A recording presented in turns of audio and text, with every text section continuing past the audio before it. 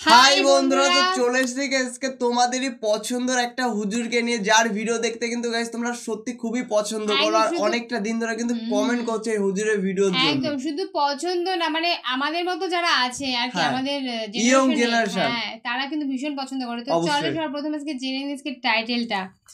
তো বলছে একজন সফল মানুষের গল্প, মানে একজন সফল মানুষের গল্প কিন্তু আজকে আমরা শুনতে চলেছি সেই আমাদের প্রিয় হুজুরের মুখ দিয়ে, যার কথা শুনলে কিন্তু সত্যি আমাদের মোটিভটা এত সুন্দর মানে বেড়ে যায়, সত্যি মানে ধারণার বাইরে। মানে আজকের ভিডিওটা হয়তো এরকম হতে পারে যে তো আমাদের মনে যেই মানে স্বপ্নগুলো আছে সেগুলো এই ভিডিও দেখে আমাদের মনে হলো যে না আমাদেরও করা উচিত, অবশ্যই যে কাজগুলো আমাদের করা উচিত। তো আমাদের মেইন ভিডিও ডেসক্রিপশন বক্সে চলে আসবে, প্লিজ গাইস তোমরা ওখান থেকে চেক আউট করে নিও। তো চলো গাইস আজকের ভিডিওটি দেখা যাক।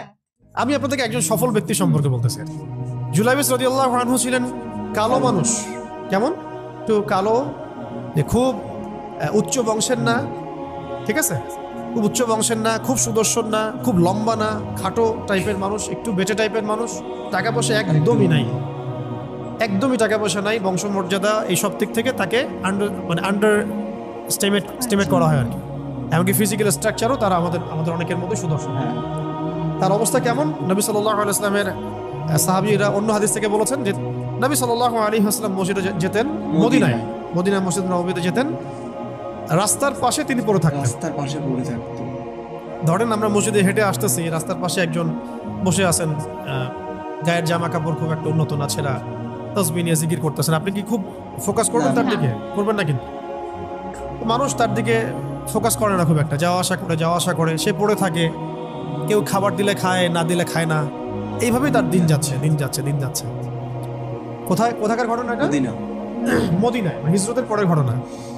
সাহাবীর নাম জুলাইবিস রাদিয়াল্লাহু আনহু। খুব উচ্চ বংশের না, অর্থবিত্ত নাই। বারবার বলছি, আমি রিপিট করতেছি কেন? বিকজ এটা আপনাদের সাথে অনেক মানে সাইকোলজিক্যালি মিলবে বিষয়টা অনেকের সাথে, এবং এটা আমাদের খুব ভালো করে জানাও দরকার আছে। একদিন নবী সাল্লাল্লাহু আলাইহি ওয়াসাল্লাম তাকে বললেন যাওয়ার সময়, হে জুলাইবিস তুমি কি বিয়ে করবা?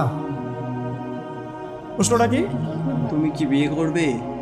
খুব মজার আলোচনা না এটা আমাদের কাছে, অনেকের কাছেই। হে জুলাইবিস তুমি কি বিয়ে করবা না? প্রশ্নটা এরকম ছিল, হে জুলাইবিস তুমি কি বিয়ে করবা না? উনি তো আকাশ থেকে পড়লেন, ইয়া রাসূলুল্লাহ আমাকে কে বিয়ে করবে? আমার না আছে চেহারা সুরত, না আছে আমার বংশমর্যাদা, না অর্থবিত্ত, আমি কিভাবে বিয়ে করবো? কে মেয়ে দিবে আমাকে? কে আমাকে মেয়ে দিবে? তো ওদিন নবী সাল্লাল্লাহু আলাইহি ওয়াসাল্লাম চলে গেলেন, কিছু বললেন না। পরের দিন আবার বললেন, ইয়া জুলাইবিস আলা তাতাজাওয়াজ তুমি কি বিয়ে করবা না? একই উত্তর, ইয়া রাসূলুল্লাহ আপনি গতকালকে এক কথা বললেন, আবার বলতেছেন বিয়ে করবেন, আমাকে কে বিয়ে করবে? তৃতীয় দিন নবী সাল্লাল্লাহু আলাইহি ওয়াসাল্লাম আবার বললেন, আলা তাতাজাওয়াজ ইয়া জুলাইবিস তুমি কি বিয়ে করবে না হে জুলাইবিস? তিনি এবার বলছেন, আপনি কি আমার সাথে রসিকতা করতেছেন? আমাকে কে বিয়ে করবে? তো নবী সাল্লাল্লাহু আলাইহি ওয়াসাল্লাম বললেন যে অমুক আনসারী সাহাবীর বাসায় যাও। অমুক আনসারী সাহাবীর বাসায়, আনসারী সাহাবী কারা? যারা মুহাজির সাহাবীদেরকে আশ্রয় দিয়েছেন। অমুক আনসারী সাহাবীর বাসায় যাও, সেখানে একজন বিবাহযোগ্য নারী আছে, মেয়ে আছে, তাকে গিয়ে বলো যে আমি রাসূল সাল্লাল্লাহু আলাইহি ওয়াসাল্লামের পক্ষ থেকে আমার বিয়ের প্রস্তাব নিয়ে আসছি। তিনি গেলেন, যাওয়ার পরে বললেন যে আমাকে প্রস্তাব সহ পাঠানো হয়েছে। মেয়ের বাবা আর মায়ের রিয়াকশন ছিল অনেকটা সাধারণত যা হয় তেমন আর কি। তুমি বিয়ের প্রস্তাব নিয়ে আসছো, তুমি কি খাওয়াবা মেয়েকে? কোথায় রাখবা? তোমার তো নিজের কোনো থাকার জায়গা নাই। প্রশ্ন কিন্তু যৌক্তিক কি? আমি মেয়ের তো বাবা, আমিও তো প্রশ্ন করবেন না? আপনার মেয়ে থাকলে এভাবে প্রশ্ন করবেন তো আপনি? তারাও সেই প্রশ্ন করলেন, এমনকি এক পর্যায়ে রিফিউজ করে দেওয়া হলো, না এটা পসিবল। এই কথাগুলো, কনভারসেশনগুলো ভিতর থেকে শুনছিলেন সেই মেয়ে নিজেই, আনসারী সাহাবী, মদিনার আনসারী মেয়ে।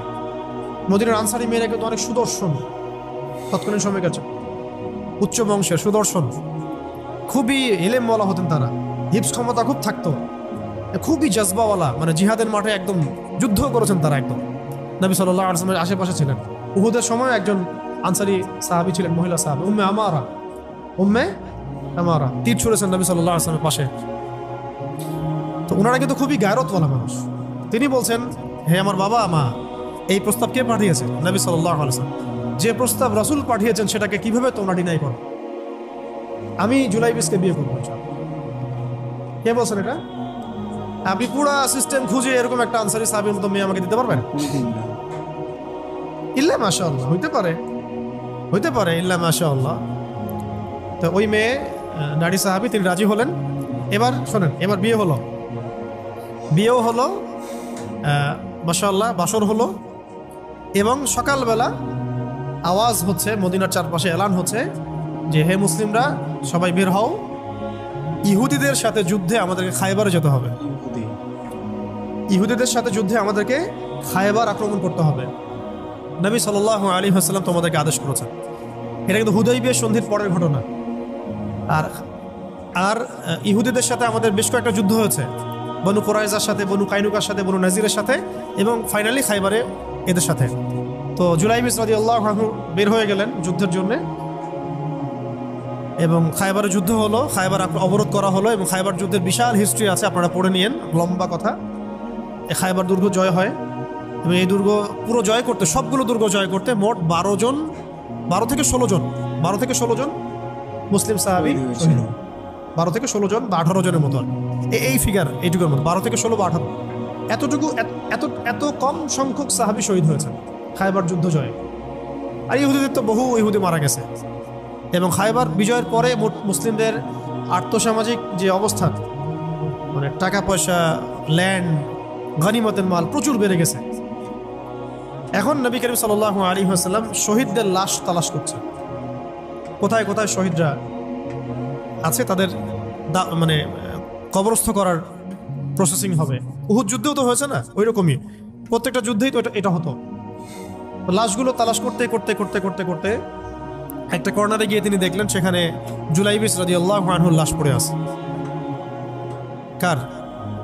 জুলাইবিস রাদিয়াল্লাহু আনহুর লাশ পড়ে আছে, যার ব্যাপারে আমি গল্পটা বলছি আর কি। এবং তার গায়ে অসংখ্য তরবারের দাগ, ক্ষতবিক্ষত অবস্থা, এবং তার আশেপাশে মোট 1, 2, 3, 4, 5, 6, 7, 8, 9 জন ইহুদির লাশ পড়ে আছে। ছোট সাহাবী, বলেছি আকৃতিতে ছোট, খুব উঁচু বংশের না, অর্থ সম্পদ কম, দেখতে সুন্দর না। গতকাল বিয়ে করেছেন, কেউ তাকে বিয়ে দিতে যাচ্ছিল না। তার এক পাশে কয়জন ইহুদির লাশ? তার পাশে মোট 9 জন ইহুদির লাশ পড়ে আছে, মাঝখানে তার লাশ ক্ষতবিক্ষত অবস্থায়। এই অংশটুকু আপনারা পড়ে নিয়েন, পড়লে আরো ভালো ফিল করবেন, একা একা পড়লে আরো ভালো ফিল করবেন। নবী সাল্লাল্লাহু আলাইহি ওয়াসাল্লাম নিজে তার কাছে গেলেন। হাদিসের মধ্যে আসছে, সিরাতের কিতাবের মধ্যে আসছে, নবী সাল্লাল্লাহু আলাইহি ওয়াসাল্লাম নিজে তার কাছে গেলেন। যাওয়ার পরে তার যে মাথা, সেই মাথার পাশে নবী সাল্লাল্লাহু আলাইহি ওয়াসাল্লাম বসলেন। বসার পরে নিজের হাতে জুলাইবিস রাদিয়াল্লাহু আনহুর চেহারা থেকে এরকম করে ধুলাবালিগুলো সরানো, নবী সাল্লাল্লাহু আলাইহি ওয়াসাল্লাম তার গা থেকে রক্তগুলো আমাদের নবী সাল্লাল্লাহু আলাইহি ওয়াসাল্লাম মুছলেন, আদর করলেন, চুলগুলো ঝাড়লেন। দৃশ্যটা চিন্তা করেন, তার চুলগুলো তিনি ঝাড়তেছেন, চেহারা থেকে রক্তগুলো মুছতেছেন। কে? নবী সাল্লাল্লাহু আলাইহি ওয়াসাল্লাম তার চেহারা ধুলাবালিগুলো মুছতেছেন। নিজের এই পায়ের মধ্যে, উরুর মধ্যে তার মাথাটাকে নিয়ে এসে রাখলেন নবী সাল্লাল্লাহু আলাইহি ওয়াসাল্লাম। রাখার পর এইভাবে আদর করতেছেন, আর এরপর উপরের দিকে তাকালেন, তার জন্য তো দোয়া করলেন, উপরের দিকে তাকালেন, তাকে চোখ নামায় নিলেন। সাহাবায়ে কেরাম তো আশেপাশে আছেন অনেকেই, বললেন যে ইয়া রাসূলুল্লাহ, আপনি এমনটা কেন করলেন, চোখ নামায় নিলেন কেন? তখন তিনি বললেন যে আমি দেখলাম যে জান্নাতের হুরদের মধ্যে অসংখ্য হুর ছুটে আসতেছে, কে জুলাইবিসকে আগে বরণ করবে তার জন্য। তিনি নিজে কাঁদলেন, জুলাইবিসের জন্য নিজে কাঁদলেন, নিজের হাতে তাকে এইভাবে উঠালেন। তিনি ছোট মানুষ ছিলেন। এরপর 2 হাত দিয়ে তাকে উঠালেন, উঠায় নিজের হাতে তাকে দাফন করলেন। দাফন করার পর তিনি বললেন, ইয়া জুলাইবিস, হে জুলাইবিস, আনতা মিন্নি ওয়া আনা মিনক, তুমি আমার অংশ, আমি তোমার। হে জুলাইবিস, তুমি আমার, আমি তোমার। হে জুলাইবিস, তুমি আমার, আমি তোমার। এই কথাটা বললেন কে? নবী সাল্লাল্লাহু আলাইহি ওয়াসাল্লাম। কারণ আপনাদেরকে আমি সাফল্যের মানদণ্ড কিভাবে বোঝাবো, এর বাইরে কোনো ভাষা নেই আমার কাছে। সাফল্য বলতে কি বোঝান? এই সিস্টেম সাফল্য বলতে কি বোঝায়? এই ওয়ার্ল্ড অর্ডারটা সাফল্য বলতে কি বোঝায়? এই বস্তুবাদী জগৎটা আমাদেরকে সাফল্য বলতে আসলে কি বোঝায়? সাফল্য বলতে বোঝাচ্ছে ঈমান। সাফল্য হলো ঈমান, বিশুদ্ধ আকীদা, বিশুদ্ধ আমল, আল্লাহর আনুগত্য, রাসূলের আনুগত্য, দুনিয়ার জীবনে মুসাফিরের মতো থাকা, যতটুকু প্রয়োজন ততটুকু সন্তুষ্ট থাকা, একজন নেককার স্ত্রী, সুসন্তান সন্ততি, আদর্শ একটা পরিবার, হালাল একটা রিজিক, বাস ইসলামের জন্য দাওয়াত, তাবলীগ, মেহনত, দিন প্রতিষ্ঠার চেষ্টা, প্রয়োজনীয় জিহাদ, প্রয়োজনীয় শাহাদাত। আর কি আছে সাফল্য বলতে? এরকম সাহাবী একজন নয়, কিন্তু এক একজন সাহাবী সম্পর্কে এক একটা করে কথা বলা যাবে। হানজালা রাদিয়াল্লাহু আনহুর নাম শুনছেন? হানজালা রাদিয়াল্লাহু আনহু, তিনিও বিয়ে করেছেন একদিন, তার পরের দিন সকালে উহুদের যুদ্ধে গিয়েছেন। 70টা আঘাত সহ্য করেছেন, বলা হচ্ছে কিতাবের মধ্যে 70-80টা আঘাত তার দেহে ছিল। শহীদ হয়েছেন। উহুদ যুদ্ধে যখন সাহাবীদেরকে দাফন করা হচ্ছে, তখন তিনি নবী সাল্লাল্লাহু আলাইহি ওয়াসাল্লাম দেখলেন হানজালা রাদিয়াল্লাহু আনহুর লাশটা ভেসে আছে, বাতাসে ভেসে আছে, এবং লাশ থেকে পানি ঝরতেছে। সাহাবীরা জিজ্ঞাসা করলেন, ইয়া রাসূলুল্লাহ, এটা কেমন, এটা কিভাবে হচ্ছে? তখন নবীজি বললেন যে হানজালা গত রাতে বিয়ে করেছে, গোসল করার সময় পায় নাই, সে সকালবেলা চলে আসে যুদ্ধের মাঠে, ফেরেশতারা তাকে গোসল দিচ্ছে, এটার পানি পড়ছে, আমরা দেখতে পাচ্ছি। সাফল্যের সংজ্ঞা আসলে কি?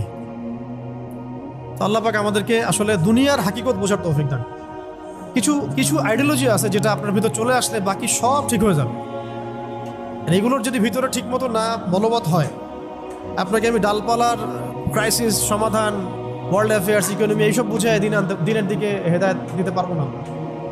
কিছু বিষয় ভিতর থেকে আসতে হবে, যে আগে আপনাকে হাকিকত বুঝতে হবে, আসলেই দুনিয়া কি, আখেরাত কি, গন্তব্য কোথায়, কোত্থেকে আসছি, কোথায় যাব, কোত্থেকে আসছি, আমরা যাব কোথায়, কোত্থেকে আসছি, যাব কোথায়, মাঝখানের সময় আমার কাজ কি, কে আমার নবী, কি আমার দিন, আমার দিনের মৌলিক বিষয়গুলো কি, দিনের ইলম কি, আমল সালেহ কি, দিন প্রতিষ্ঠার মেহনত কাকে বলে, কি করলে আল্লাহ পাক আমাকে কালকে আমাদের মাঠে নবীদের, শহীদদের, সিদ্দিকদের সাথে হাসর করাবেন। এটা হলো সাফল্যের মূল কথা। এর মানে এই না যে দুনিয়াতে আমরা কিছুই করব না, ব্যবসা করব না, আমরা চাকরি বাকরি করব না, আমরা মানে মুআমালাত মুআশারাত করব না, বিষয়টা তো এমন নয়। কিন্তু কথা হচ্ছে আমাদের মূল উদ্দেশ্যটা কি হবে।